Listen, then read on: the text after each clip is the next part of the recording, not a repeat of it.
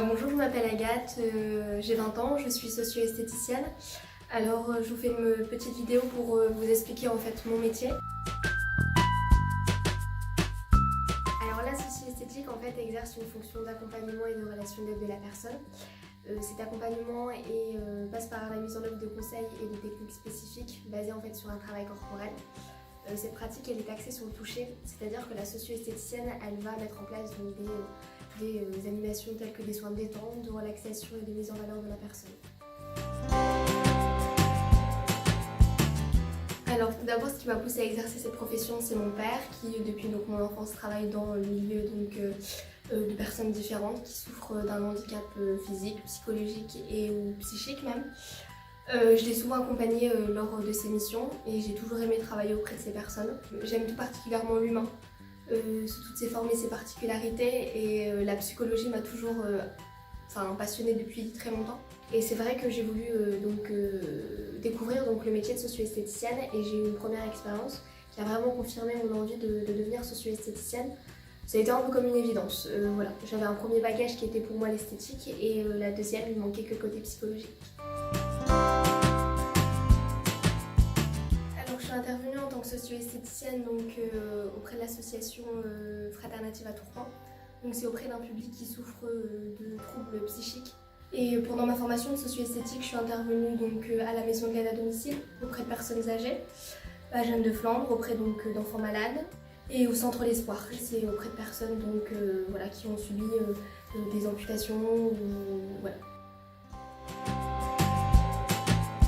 Alors pour moi, la socio-esthétique, elle s'adresse à tout le monde. J'estime que la socio-esthétique peut vraiment accompagner les personnes à un moment donné de leur vie où ils se sentent un peu diminués suite à une maladie, suite à plein de choses. Après, la socio-esthéticienne a un public assez large, mais en général, c'est vrai qu'elles interviennent en milieu hospitalier, médico-social, centres sociaux, EHPAD, collège, etc.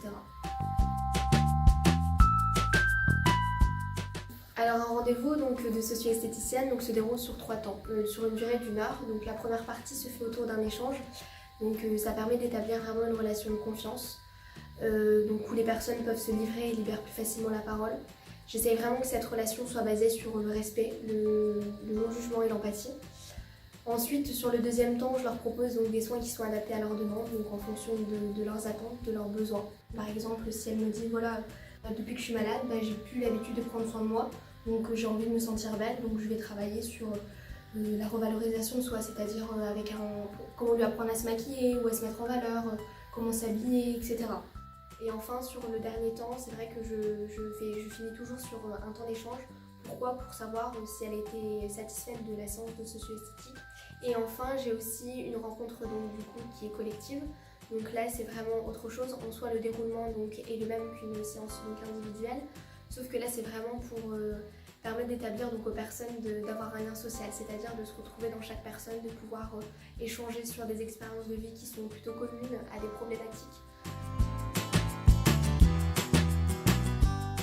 Aucune séance individuelle et collective ne se ressemble. Pourquoi? Pour la simple et bonne raison que j'ai des personnes qui sont totalement différentes et qui ont des histoires différentes, donc j'adapte mes ateliers en fonction d'eux.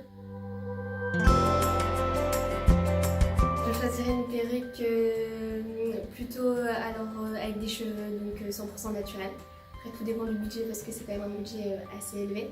Après pourquoi pas synthétique et naturel. Par contre j'aimerais une couleur qui soit proche de ma couleur naturelle et au niveau de la longueur pareil. Par contre au niveau des cheveux bouclés et lisses, ça me dérange pas d'avoir 2 perruques pour pouvoir alterner plus souvent. Parce que dans la vie de tous les jours je le fais pas. Alors merci beaucoup d'avoir écouté ma vidéo sur le métier de socio-esthéticienne. J'espère se retrouver bientôt pour d'autres vidéos.